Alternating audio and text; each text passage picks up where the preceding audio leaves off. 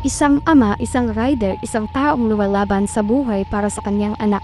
Si Mr. Fabio Norberto Jr., isang movie rider, ay bumabiyahe kahit madaling araw para lamang kumita ng marangal at maitaguyod ang kanyang pamilya bilang isang single father.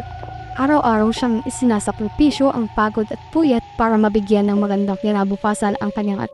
Ngunit sa isang iglap na bago ang lahat ayon sa mga ulat habang nasa biyahe sa Caloocan City noong madaling araw ng Hulyo 14, si Fabio ay umano'y sinaksak ng kanyang pasahero at tinangay pa ang kanyang motorsiklo na ginagamit niya sa paghahanap buhay.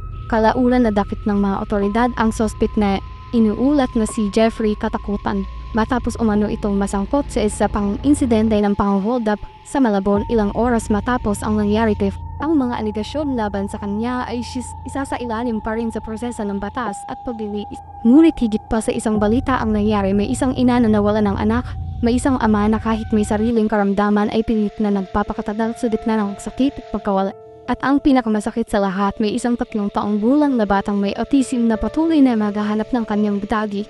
Isang batang hindi pa naiintindihan kung bakit hindi na siya yayakapin, lalaruin o ihatid sa pagtulog ng taong pinakamamahal. Mas lalo pang nakakadurog ng puso dahil naunan nang pumanaw ang kanyang ina noong sanggol pa lamang siya. Ngayon tuluyan na siyang naulila.